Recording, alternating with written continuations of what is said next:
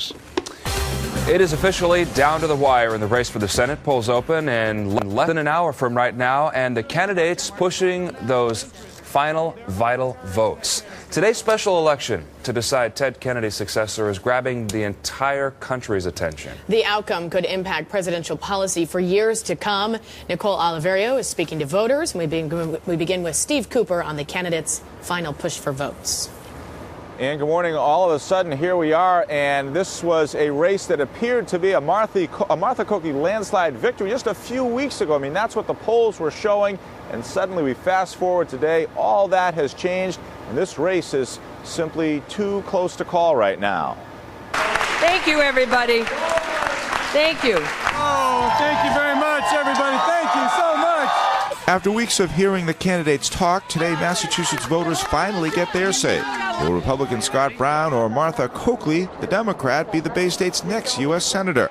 At the IBEW Hall in Dorchester, Coakley renewed her attack on Brown as a supporter of Wall Street, not Main Street. Scott Brown, regardless of what he says or regardless of the truck that he drives around in, is basically going to be in lockstep with national Republicans. He's going to say no to any progress.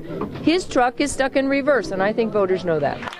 Later, campaigning at a diner in Newton, Coakley defended her negative ads against Brown. We started with a very positive campaign, and the first negative ad in this came from an outside right-wing group supporting Scott Brown distorting my record.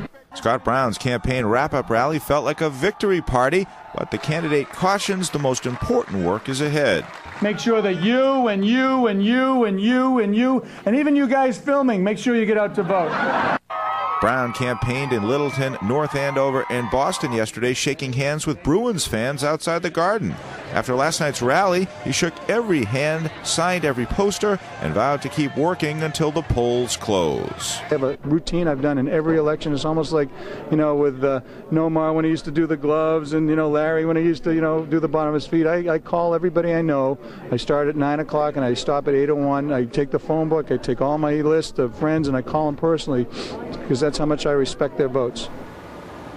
This race is so close right now. Both candidates plan to be out in full force all day long, right up until the polls close, searching for that last-minute support. By the way, the last time Massachusetts elected a Republican senator was almost 40 years ago, back in 1972. We're live in Waltham this morning. Steve Cooper, 7 News Today in New England.